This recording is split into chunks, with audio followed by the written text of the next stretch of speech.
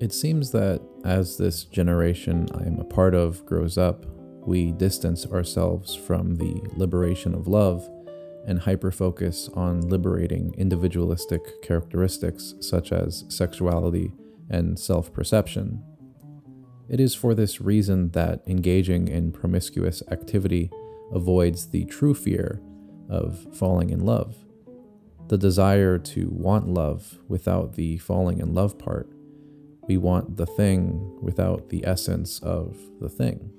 Coca-Cola without sugar, beer without alcohol. We pursue commodities in order to avoid any commitment to the problems any alternative may provide. In a way, we turn our own image into a commodity of love in order to be online and risk less. It is why online dating has been an outlet for those who seek a less risky way of interacting with people, of falling in love. The encounter of love has now become a consumer product. At times, we even think about how we meet someone rather than who we will meet, chasing how you meet the person instead of chasing the person. I've been reading a lot of Slavoj Zizek's Surplus Enjoyment and Rick Rubin's The Creativity Act, as well as several of Sisyphus 5.5's videos on love. I'm very fascinated by the capacity to love, to be able to experience hardship and fulfillment. I took the liberty of separating the process of love into 3 chapters: the pre-love event, the love event, and the post-love event. It is in these categories I've realized 2 characters emerge, the self and the other.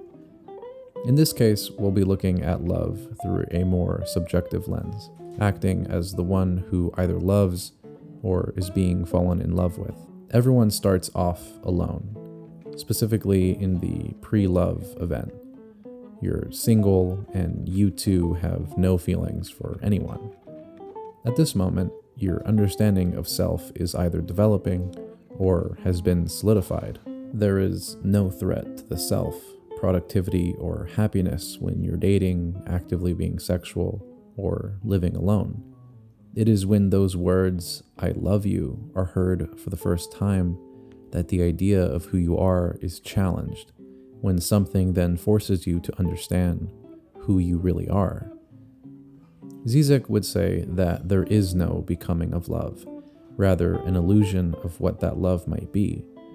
We don't ever accept the person as who they really are when we're falling in love, but we fall in love with the person who fits the narrative of the individual we love, the ideal we have created in our mind, the one and only. It is for this same reason, when we identify that our assumption of who we loved was wrong, love can quickly turn into violence. Does one love someone, or does one love something about someone? Zizek would say that the worst parts of someone are not thought of when conversing with them. Although you might be aware that they are true and real, they are not recognized when someone is falling in love, and therefore, no one falls in love with someone for who they really are. My interpretation, however, suggests that we eventually come to love someone, along with their faults, after we have fallen in love. That we learn not only why we truly fell in love in the first place, but also why we love someone now.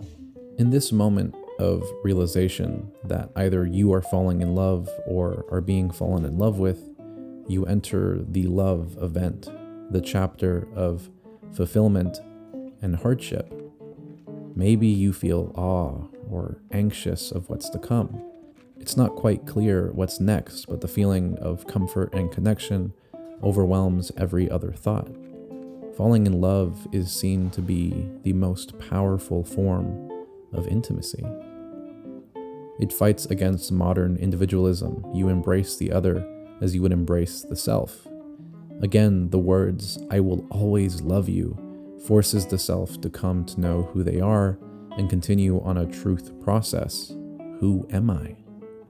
And as we fall in love with someone, so far as they satisfy the narrative of our fantasy, we form a tension between who we think we're falling in love with and who they really are. For this reason, love is violent. selecting something from everything and committing to it and disregarding the rest. I love you more than anything else. Even with the filth and disgust the other might carry with them, loving perfection in the imperfection of the other is what true love is, loving the essence of the thing. However, through this love event comes either hardship or fulfillment. This natural coordination the self has fallen into has two sides. The power that the other holds over you can be absolutely terrifying. Fear, anger, confusion, all potential catalysts for a breakup. Maybe leaving this dance is freedom. But isn't the dance just as free? Both hold each other with the potential of letting go, while also embracing each other more. Love is unique, it's scary, it's worth it, because this is the best dance partner you both have ever been with. The post-love event comes after being alone and after finding someone. Either this is the one, or they're no longer beside you. This is the end of falling in love. Either you both go your separate ways, or fall in love again, learning, experiencing, and being more together.